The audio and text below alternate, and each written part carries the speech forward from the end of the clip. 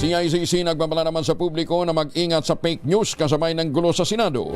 Detalye ng balita mula kay Val Gonzalez sa RH5. Val, good morning.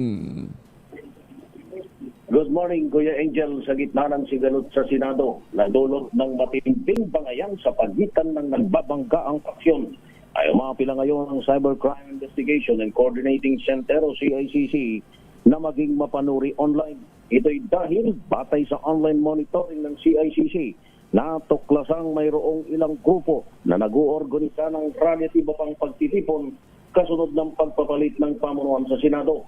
It ng CICC, i-verify muna sa mga mapagkakatiwalaan at opisyal na sources ang anumang impormasyong nakikita sa online media bago sumali sa anumang aktibidad, sabi ni CICC Executive Director at Undersecretary Aboy Paraiso.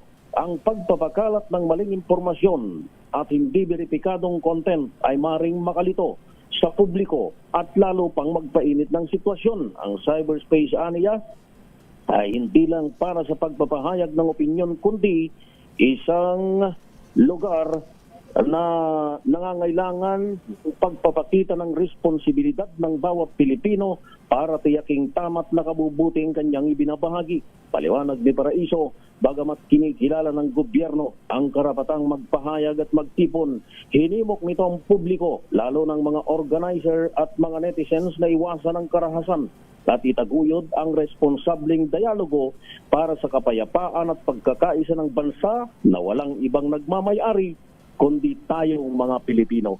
Ako si Val Gonzalez, DZRH, una sa Pilipinas, una sa Pilipinas. Maraming salamat, Val.